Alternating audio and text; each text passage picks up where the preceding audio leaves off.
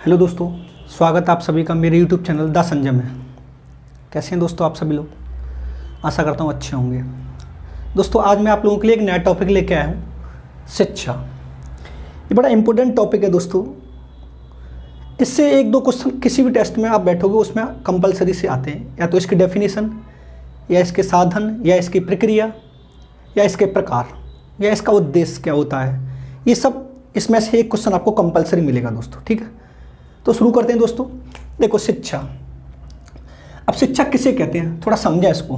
तो पहले हम शिक्षा का शाब्दिक अर्थ बात करें। शिक्षा का अर्थ दोस्तों, इसको थोड़ा हमें समझना है दोस्तों। देखो कैसे, अब शिक्षा का अर्थ हम सबसे पहले बात करेंगे भारतीय संदर्भ में। भारतीय संदर्भ में, भारतीय संदर्भ में सबसे पहले हम बात करते हैं। देखो शिक्षा, इसको हिंदी में शिक्षा बोला जाता है। इसकी उत्पत्ति संस्कृत भाषा के शिक्ष धातु से बनी है। यानी शिक्षा शब्द की उत्पत्ति संस्कृत की शिक्ष धातु से बनी है, जिसका अर्थ होता है सीखना या सिखाना, या सिखाना दोस्तों, ठीक है। अब दूसरी बात करें तो शिक्षा संस्कृत भाषा के सास धातु से बना है, जिसका अर्थ है अनुशासन में रहना, ठीक है दोस्तों। तीसरे की बात करें तो इसको एक और नाम से जाना जाता है विद्या, जिसकी उत्पत्ति संस्कृत भाषा के विद धातु से हुई है, जिसका अर्थ होता है जानना, ठीक है दोस्तों। ये तीन संदर्भों में शिक्षा का अर्थ बताया गया भारतीय संदर्भ में। यानी भारतीय संदर्भ में बात करें तो शिक्षा संस्कृत की शिक्ष धातु से बनी है, जिसका अर्थ होता है सीखना या सिखाना। शिक्षा संस्कृत भाषा के सास शब्द से बना है, जिसका अर्थ होता है अनुशासन में रहना। तीसरा, शिक्षा का दूसरा नाम होता है विद्या। विद्या का शाब्दिक अर्थ, विद्या शब्द की उत्पत्ति संस्कृत भाषा के विद धातु से हुई है, जिसका अर्थ है जानना। ये दोस्तों किस संदर्भ में हमने बात की? भारतीय संदर्भ में। अब थोड़ा हम बात करते हैं पाश्चात्य संदर्भ में, ठीक है दोस्तों। अब बात करते हैं पाश्चात्य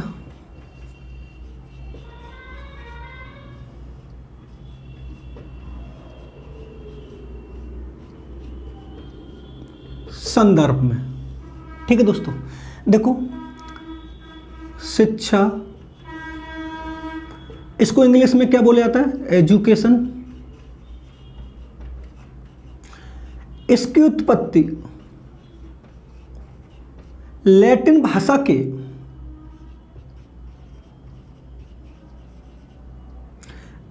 एजुकेटम से हुई है, ठीक है दोस्तों। इसके साथ में एक और शब्द चलता है एजुसियर, एजुकेयर, एक और चलता है एजुसियर, ठीक है दोस्तों। ये शब्द और चलते हैं, ठीक है दोस्तों। अब एजुकेयर यानी एजुकेटम का शब्द अर्थ होता है प्रशिक्षित करना।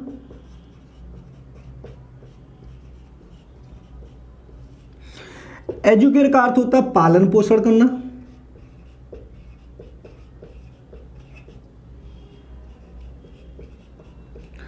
एजुसियर का अर्थ होता है पथ प्रदर्शन करना।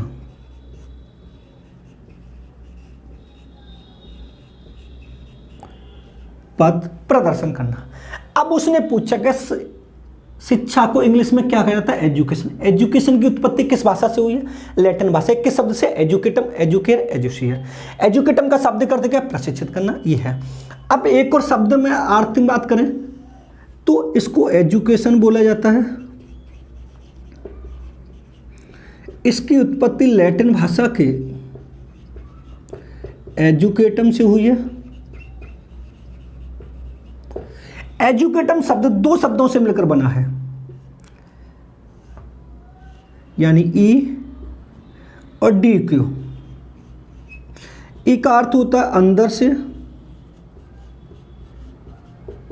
डी को का अर्थ होता है बाहर निकलना, बाहर निकालना। ठीक है, समझना। अर्थात इसका शाब्दिक अर्थ हुआ बालक की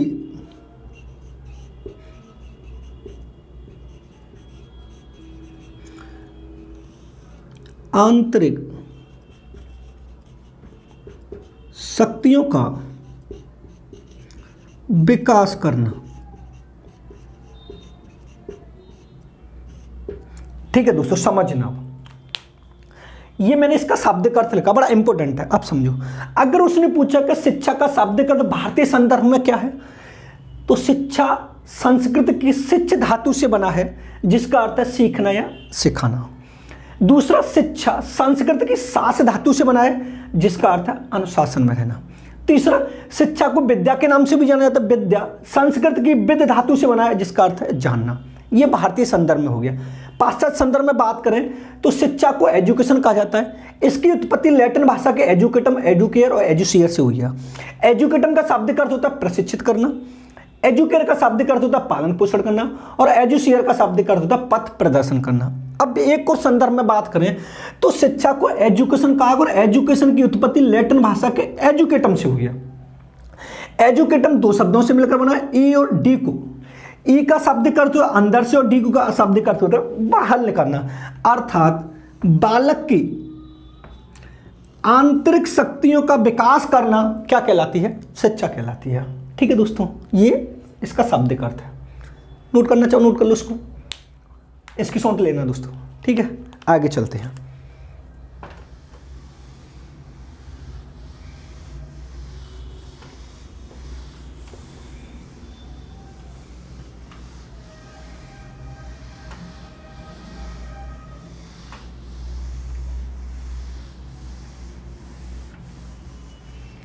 देखो दोस्तों, अब आती है इसकी डेफिनेशन।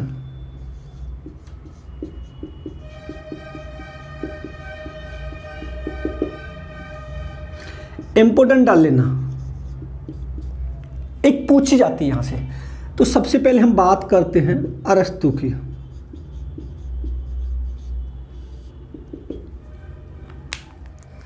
देखो, शिक्षा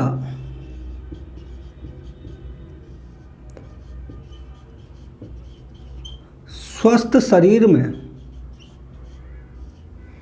स्वस्थ मस्तिष्क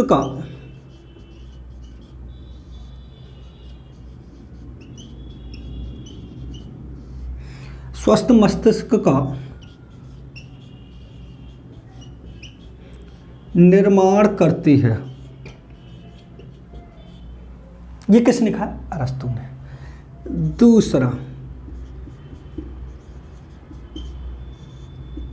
गांधी जी। शिक्षा से मेरा तात्पर्य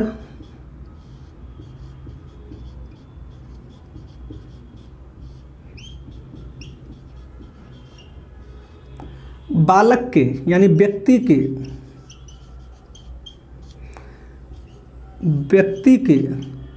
मन, शरीर और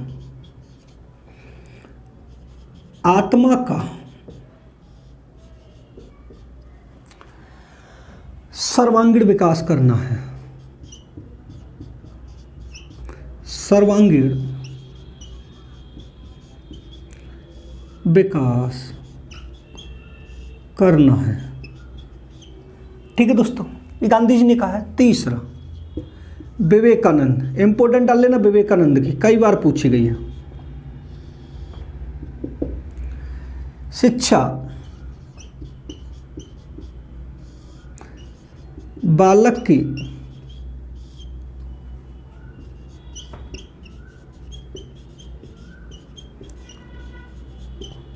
अंतर्निहित शक्तियों का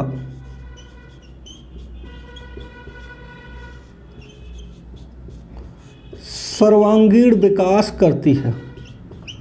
अंतर्निहित शक्तियों का सर्वांगीण विकास करती है।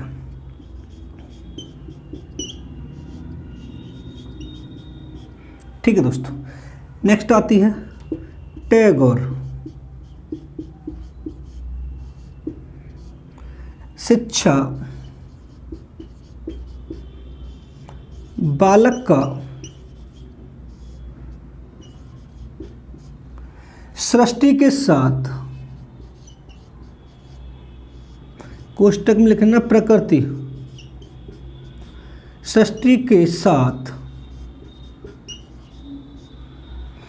सामंजस्य स्थापित करती है। सामंजस्य स्थापित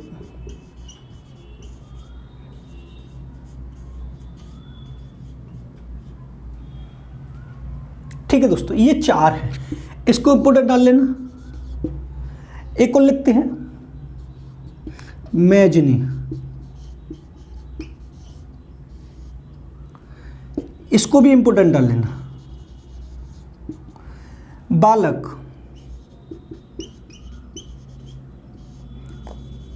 शिक्षा का, कोष्टक में लिखें नागरिकता, नागरिकता का पहला पाठ माता के चुम्बन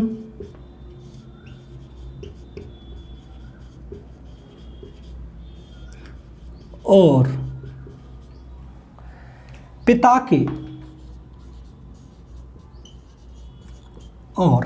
के संरक्षण के बीच सीखता है। संरक्षण के बीच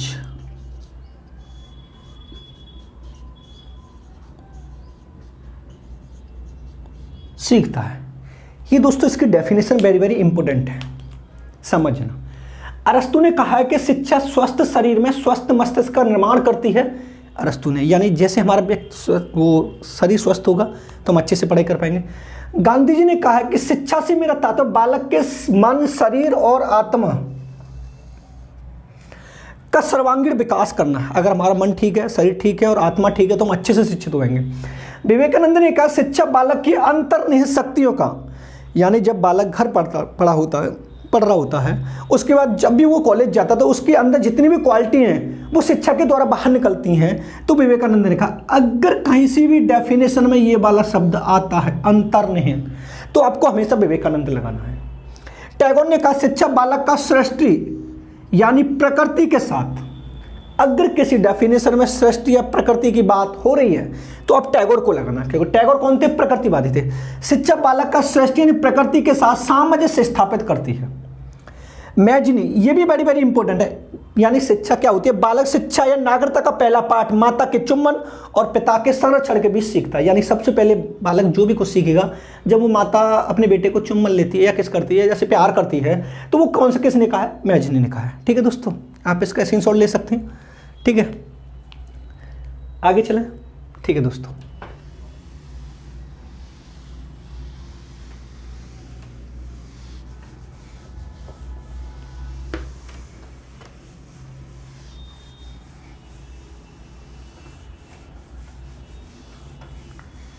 देखो अब आती है शिक्षा की प्रक्रिया।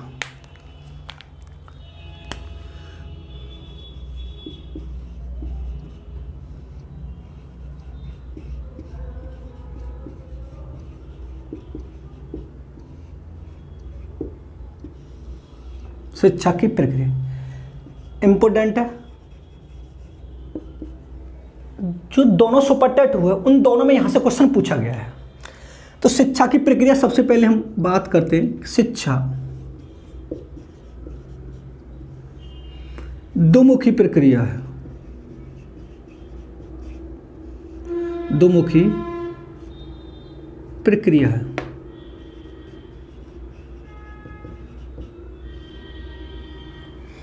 ये कहा है जॉन एडम्स ने। किसने कहा है? जॉन एडम्स ने। कैसे? देखो,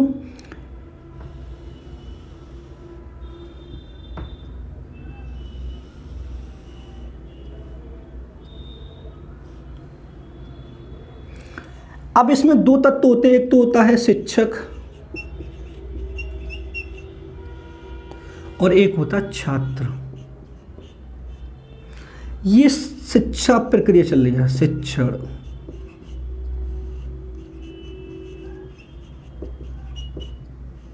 प्रक्रिया। अब किसने माना कि शिक्षा द्विमुखी प्रक्रिया? वो जॉन एडम्स ने माना है। कैसे? कि शिक्षा में सिर्फ दो तत्व होते हैं, शिक्षक और छात्र। अब इसी के आधार पर एक रॉस ने डेफिनेशन दी है, इसके आधार पर, यानी द्विमुखी प्रक्रिया के आधार पर इन्होंने कहा है, रॉस ने एक परिभाषा दी है कि शिक्षा की प्रक्रिया में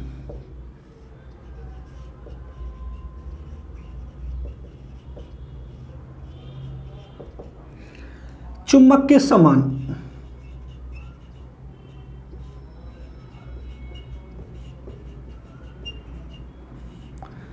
दो ध्रुवों का होना आवश्यक है।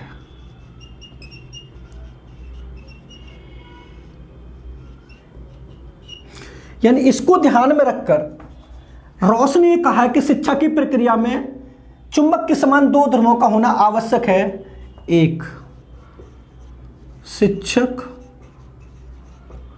और दूसरा छात्र। ठीक है दोस्तों, अगर उसने पूछा कि शिक्षा द्विमुखी प्रक्रिया किसने कहा? जॉन एडम्स ने। कौन कौन से? एक शिक्षक और छात्र। दूसरी बात करते हैं, शिक्षा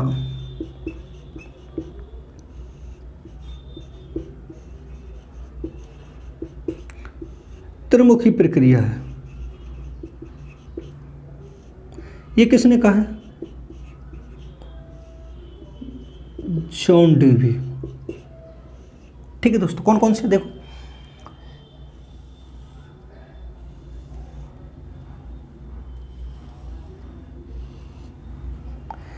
एक होता है शिक्षक, एक होता है छात्र और एक होता पाठ्यक्रम। ठीक है दोस्तों,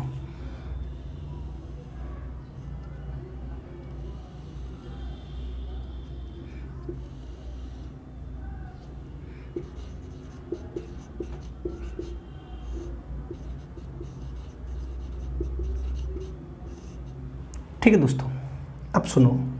अब उसने पूछा कि शिक्षा त्रिमुखी प्रक्रिया किसने कहा है? जॉन डेवी ने। कौन कौन से? एक तो शिक्षक, एक छात्र और एक पाठ्यक्रम। ये इनके बीच चलती है। द्विमुखी में शिक्षक और छात्र के बीच चलती है। एक और आती है दोस्तों,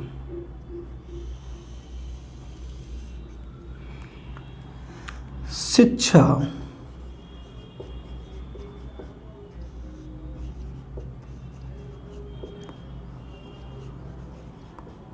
बहुमुखी प्रक्रिया है।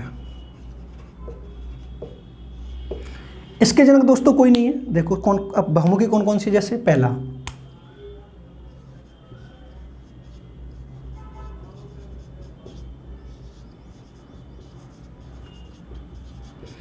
अब बहुमुखी प्रक्रिया में कौन कौन से आते हैं?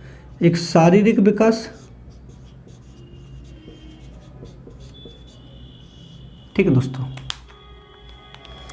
एक शारीरिक विकास,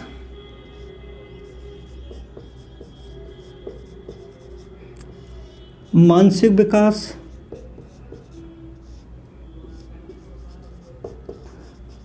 आर्थिक विकास,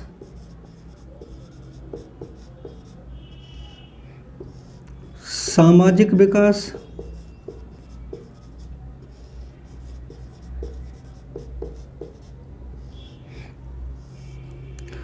नैतिक विकास,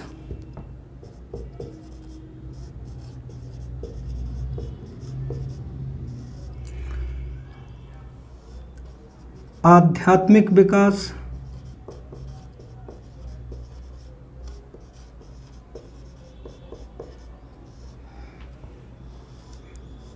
राजनीतिक विकास,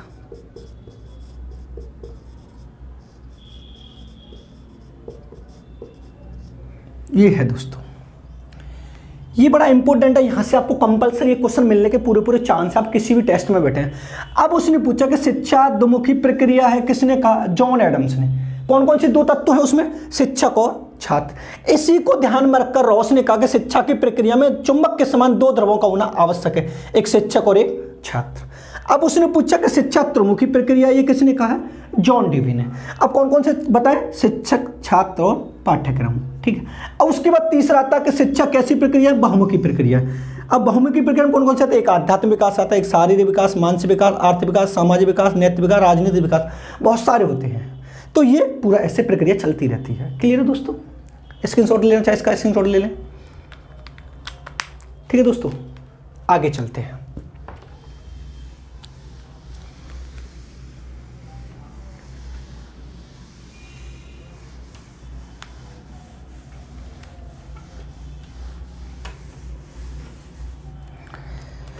अब आती है हेडिंग शिक्षा के अंग।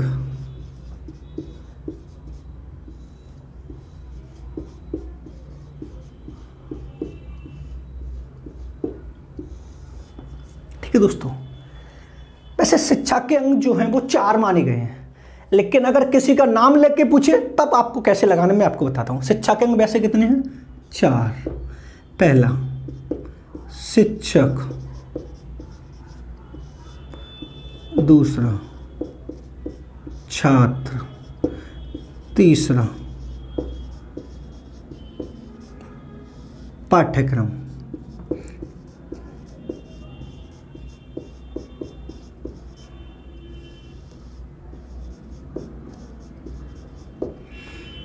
ये 4 माने गए हैं। अब सुनो, अगर उसने पूछा कि जॉन डीवी के अनुसार शिक्षा के अंग कितने हैं, तो मैं इधर लिख दे रहा हूं, समझना। अगर उसने पूछा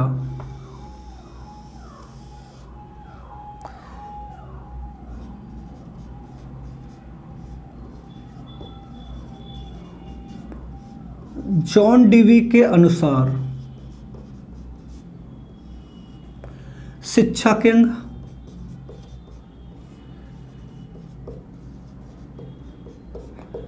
तो आपको लगाने 3।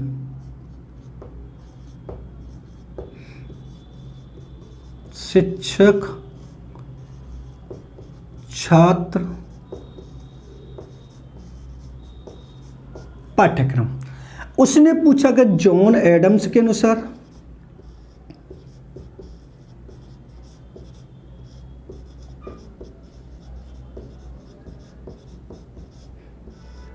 तो लगाने 2। पहला शिक्षक और दूसरा छात्र। अब दोस्तों एक बात समझना आप इसमें कि शिक्षा के अंग में शिक्षक को कौन सा चर माना गया है, तो ये होता है हमेशा दोस्तों स्वतंत्र चर।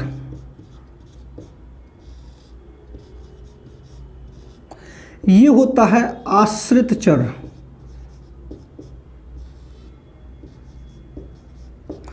ये होता है दोस्तों हस्तक्षेप चर।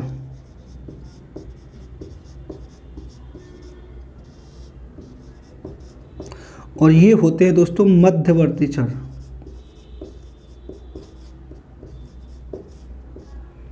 समझना दोस्तों, बड़ा इंपॉर्टेंट है यहां से। अब उसने पूछा कि शिक्षा के अंग कितने हैं, तो शिक्षा के अंग लगाने हमें 4। अगर उसने पूछा कि जॉन डीवी के अनुसार शिक्षा के अंग कितने हैं, तो 3 लगाना दोस्तों। कौन कौन से? शिक्षक, छात्र और पाठ्यक्रम, ठीक है दोस्तों। उसने पूछा जॉन एडम्स के अनुसार कितने हैं, तो शिक्षक और छात्र।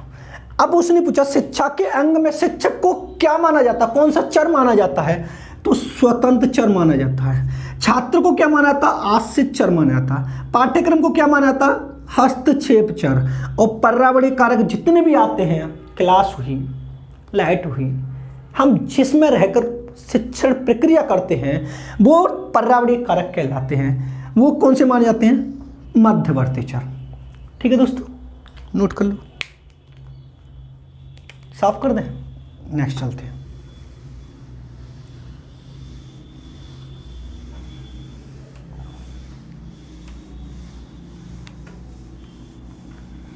देखो, शिक्षा के प्रकार।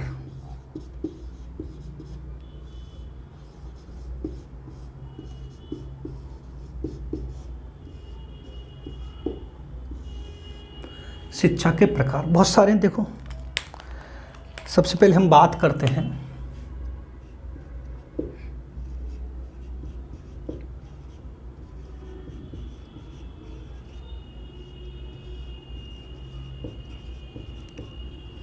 औपचारिक शिक्षा, दूसरा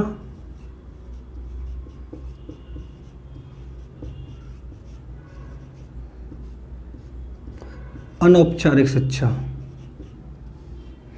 तीसरा निरौपचारिक शिक्षा।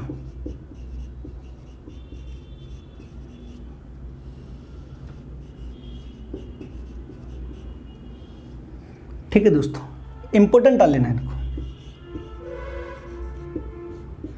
वैसे तो शिक्षा के बहुत प्रकार हैं, औपचारिक हुई, अनौपचारिक हुई, निरौपचारिक हुई, प्रत्यक्ष हुई, अप्रत्यक्ष हुई, विश्लेषणात्मक हुई, संश्लेषणात्मक हुई, बहुत सारे हैं, लेकिन इंपॉर्टेंट ये 3 हैं, इनको समझना। औपचारिक शिक्षा किसे कहते हैं, देखो समझना दोस्तों। यह शिक्षा समय सीमा से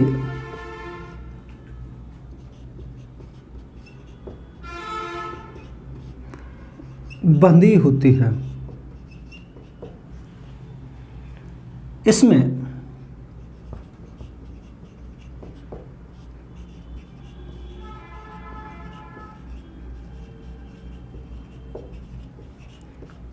निश्चित उद्देश्य को ध्यान में रखकर शिक्षा दी जाती है। यानी ऐसी शिक्षा जो समय सीमा से बंधी हो, जो विद्यालय की 4 दीवारी के अंदर दी जाती हो, जो निश्चित उद्देश्य को ध्यान में रखकर दी जाती है, वो कहलाती है औपचारिक शिक्षा। जैसे स्कूली शिक्षा जो होती है, विद्यालय शिक्षा जो होती है, पुस्तकालय जो होता है। अनौपचारिक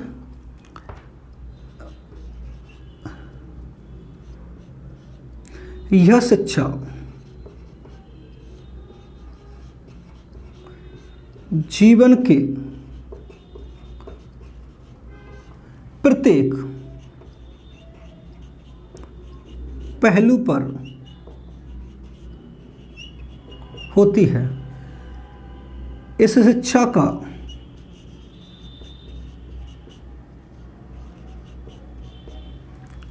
कोई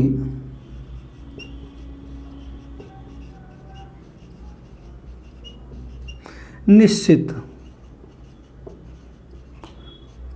उद्देश्य नहीं होता है। या जीवन के प्रत्येक पहलू पर सबसे पहले प्रारंभ कहां से होती है, परिवार से होती है, और जिसका कोई निश्चित उद्देश्य नहीं होता, वो चलती रहती है, वो कौन सी शिक्षा कहलाती है, अनौपचारिक शिक्षा। जैसे देखो अनौपचारिक, इस शिक्षा का कोई उद्देश्य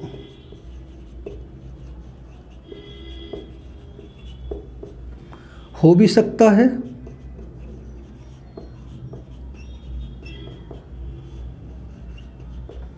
और नहीं भी। जैसे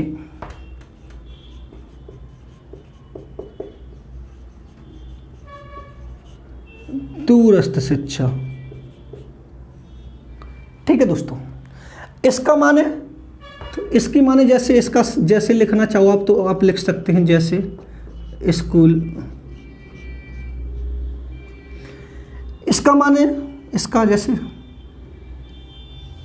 तो इसका हम लिख सकते हैं जैसे परिवार।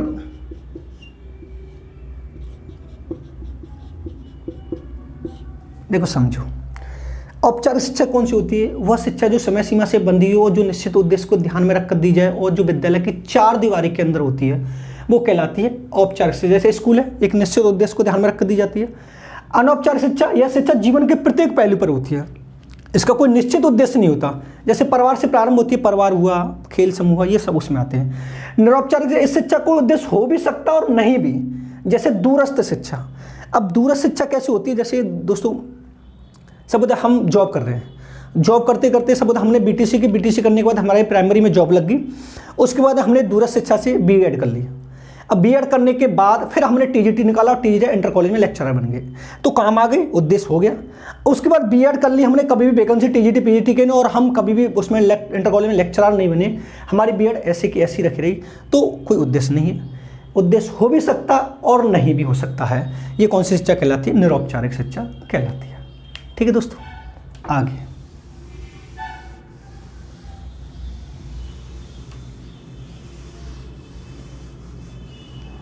देखो, अब आते हैं शिक्षा के अभिकरण।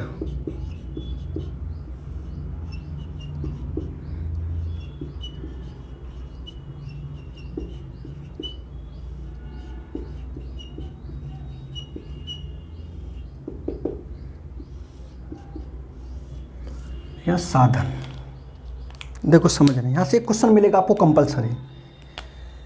सबसे पहले बात करते हैं हम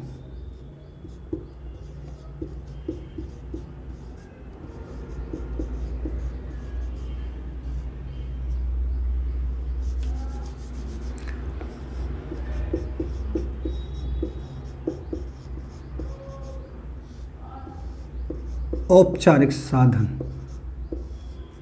औपचारिक साधन में कौन कौन से आते हैं? देखो, स्कूल, कॉलेज,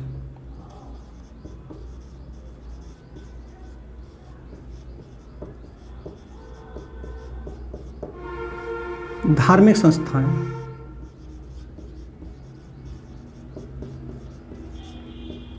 पुस्तकालय और क्लब। ठीक है, दूसरा बात करते हैं हम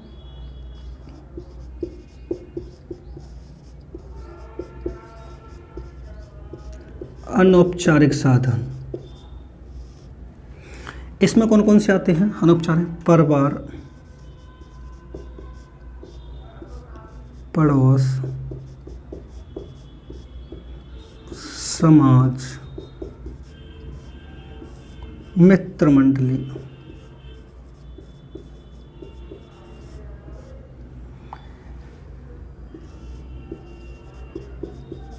खेल समूह, ये अनौपचारिक में आते हैं। आगे चलते हैं,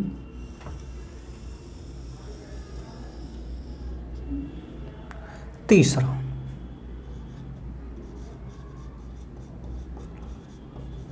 निरौपचारिक साधन। इसमें होता है एक दूरस्थ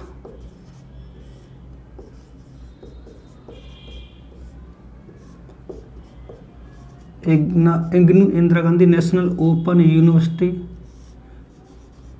एक होता मूक।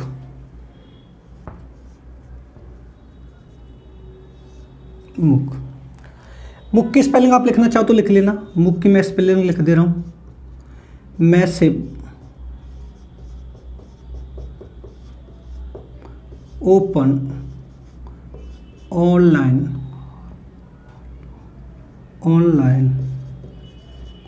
कोर्सेस।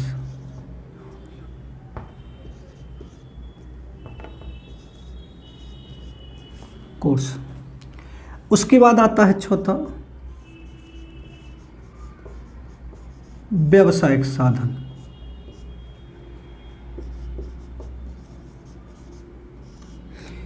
इसमें कौन सा आता है? Press,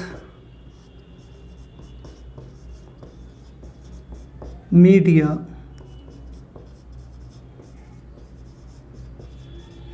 newspaper, TV, radio. ठीक है दोस्तों, पांचवा आता है अव्यावसायिक साधन।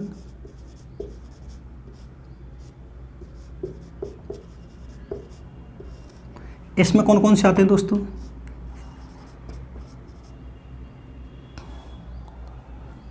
इसमें आता है समाज कल्याण,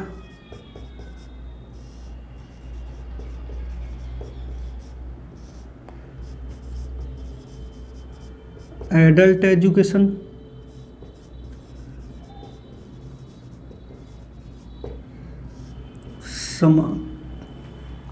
एडल्ट एजुकेशन, एक और है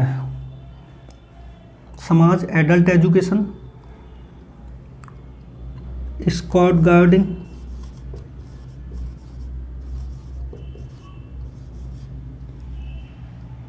ये है दोस्तों समझना। अब उसने पूछा है कि शिक्षा के अभिकरण साधन कौन कौन से होते हैं। तो एक औपचारिक साधन होता है, एक अनौपचारिक होता है, एक निरौपचारिक होता है, एक व्यावसायिक, अव्यावसायिक। तो पहले इधर से समझते हैं दोस्तों। औपचारिक साधन वो होता है जो समय सीमा के अंदर रहकर देता है। क्लब है, समय सीमा से खुलते हैं। स्कूल, कॉलेज, धार्मिक संस्था, पुस्तक। अब उसने पूछा कि क्लब शिक्षा का कैसा साधन है? औपचारिक। स्कूल कैसा है? औपचारिक। कॉलेज कैसा है? औपचारिक। धार्मिक संस्था, पुस्तकालय कैसा है? औपचारिक साधन। अब उसने पूछा कि परिवार शिक्षा का कैसा साधन है? अनौपचारिक। पड़ोस कैसा? अनौपचारिक। समाज कैसा? अनौपचारिक। मित्र मंडल या खेल समूह कैसा? अनौपचारिक। क्योंकि ये जीवन के प्रत्येक पहलू पे होते हैं। अब निरौपचारिक शिक्षा का साधन कौन सा होता है? एक दूरस्थ शिक्षा होती है, एक इग्नू होता है, एक मूक होता है। मूक की फुल फॉर्म मैंने ये लिख दी है। जिस दिन मैं आपको प्रौढ़ शिक्षा, दूरस्थ शिक्षा पूरी डिटेल में पढ़ाऊंगा, तब मैं आपको मूक, IRL और ये इग्नू पूरा डिटेल में पढ़ाऊंगा। तो मूक क्या होता है कि दूरस्थ शिक्षा प्रदान करता है, यानी मैसिव ओपन ऑनलाइन कोर्स। जो छात्र किसी कॉलेज में जाकर किसी कोर्स को पूरा नहीं कर पाते, तो मूक एक ऐसी संस्था है जिसके द्वारा वो घर बैठे अपना पूरा कार्य कर सकते हैं, अपना उद्देश्य प्राप्त कर सकते हैं, कोई डिग्री ले सकते हैं। तो मैंने यहाँ पर लिख दिया, इसकी फुल फॉर्म भी लिख दिया, मैसिव ओपन ऑनलाइन कोर्स। एक होता है व्यावसायिक साधन जो हमें कमाई करके देते हैं, जैसे प्रेस हुआ, मीडिया हुआ, न्यूज़पेपर हुआ, टीवी हुआ, रेडियो हुआ, ये सब बातें। अब व्यावसायिक साधन में क्या होता है? समाज कल्याण होता है, एक एडल्ट एजुकेशन प्रौढ़ शिक्षा होती है, और एक स्काउट गार्डिंग का कैंप होता है। जिन लोगों ने BEd BTC सब लोगों ने किया है, तो स्काउट गार्डिंग का कैंप होता है, वो अब व्यावसायिक साधन में आता है। ठीक है दोस्तों, आप इसका स्क्रीनशॉट ले सकते हैं। आगे चलते हैं।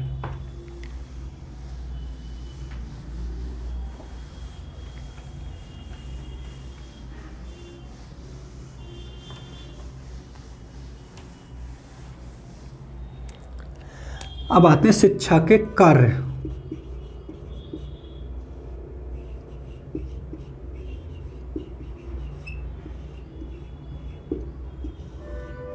ये भी बड़ा इंपॉर्टेंट है। इससे जब भी क्वेश्चन आपको मिलेगा तो उपरोक्त सभी में मिलेगा। शिक्षा के कार्य कौन कौन से होते हैं? तो पहला, हम पहले की बात करें,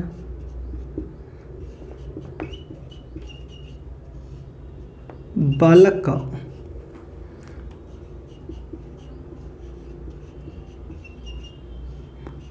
मानसिक विकास करना,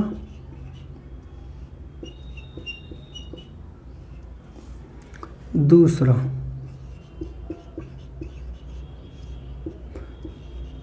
बालक का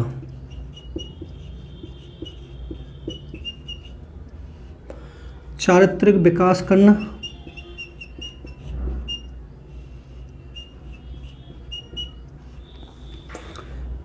तीसरा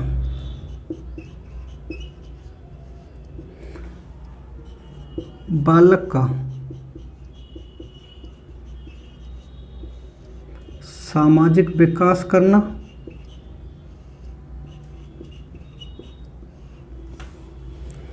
चौथा बालक के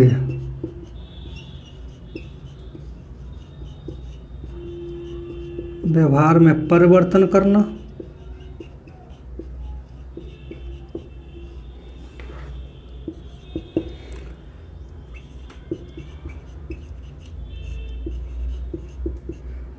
बालक में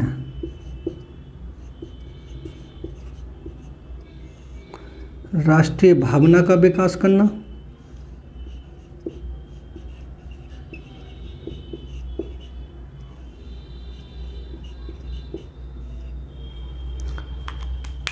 नेक्स्ट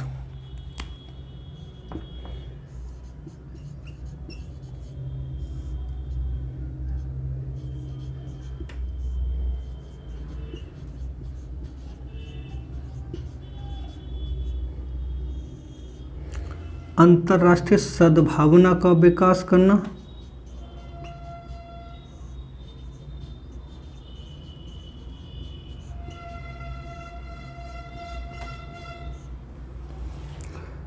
नेक्स्ट, बालक का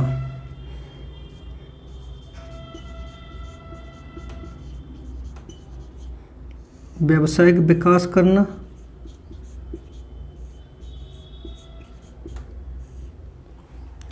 आगे चलते हैं।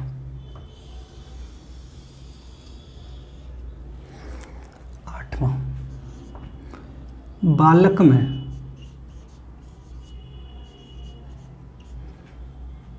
जीविकोपार्जन का विकास करना,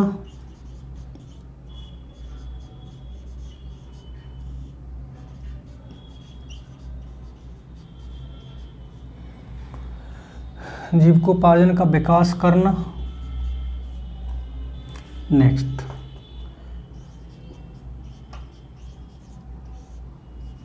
बालक के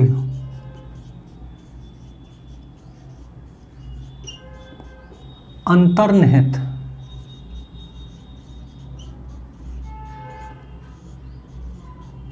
शक्तियों का विकास करना।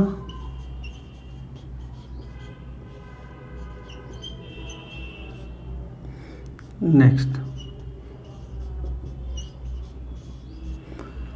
बालक का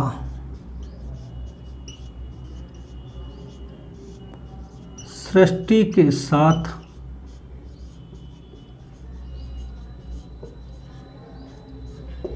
सामंजस्य स्थापित करना।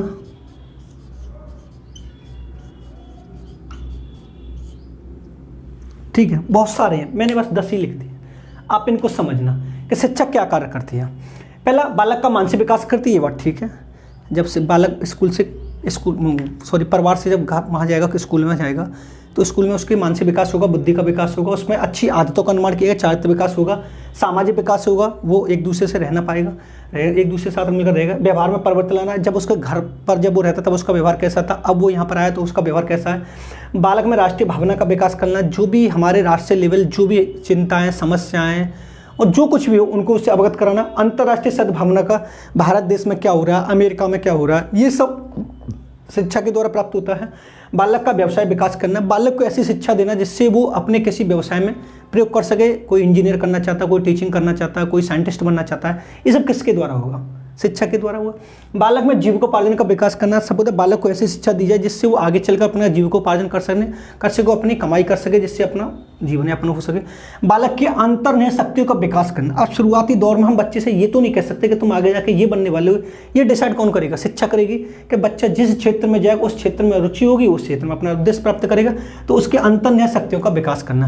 बालक का सृष्टि के साथ सामंजस्य स्थापित करना। सबूत आज आप अलीगढ़ के हैं, जब आप बाहर जाएंगे पढ़ने के लिए तो आपको वहाँ से सामंजस्य स्थापित करना पड़ेगा, तो ये किसके कार्य द्वारा होता है, शिक्षा के कार्य के द्वारा होता है। अगर जब भी इसका क्वेश्चन आएगा दोस्तों तो सभी में आएगा, A, B, C और D उपयुक्त सभी, तो आप D लगा देना। ठीक है दोस्तों, आप इसको स्क्रीनशॉट ले सकते हो। आगे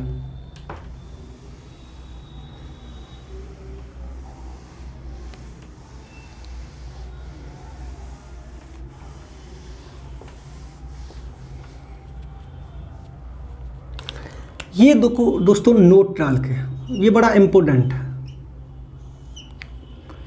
पहला, शिक्षा का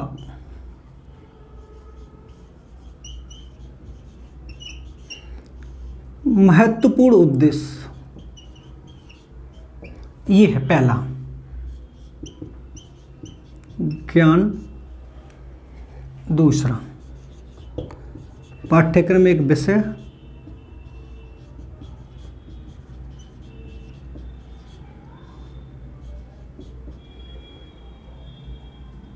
विषय के रूप में और व्यवहार में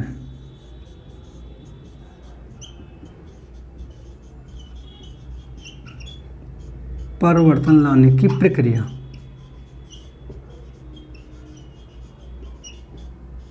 ठीक है दोस्तों, अब संपूर्ण रूप से देखा है तो शिक्षा क्या कार्य करती है, मैंने पूर्ण रूप से शिक्षा को एक 3 बातों में डिफाइन कर दिया है कि इसका महत्वपूर्ण उद्देश्य क्या होता है दोस्तों। तो एक तो पहले हमें ज्ञान प्रदान करती है, ज्ञान जो भी हो। दूसरा पाठ्यक्रम के विषय के लिए, पाठ्यक्रम विषय के लिए सपोज है कोई पाठ्यक्रम साइंटिस्ट वाला है, कोई पाठ्यक्रम इंजीनियर वाला है, कोई पाठ्यक्रम मैकेनिकल वाला है, कोई पाठ्यक्रम साइंस वाला, कोई आर्ट वाला है। यानी जिस क्षेत्र में व्यक्ति जिस क्षेत्र में जाना चाहता है उसी के पाठ्यक्रम के रूप में, विषय के रूप में उसे प्रदान करती है शिक्षा। उसके बाद व्यवहार में परिवर्तन लाने की प्रक्रिया, शिक्षा के द्वारा व्यक्ति के व्यवहार में परिवर्तन लाया जाता है। ये है दोस्तों संपूर्ण रूप से शिक्षा। अगर दोस्तों वीडियो पसंद आया है तो वीडियो को लाइक करें और शेयर करें और कमेंट करना न भूलें। अगर आप हमारे चैनल पर नए हैं तो हमारे चैनल को सब्सक्राइब कर लें और बेल आइकन को दबा लें, जिससे आने वाले वीडियो का नोटिफिकेशन आपको मिलता रहे। ठीक है दोस्तों।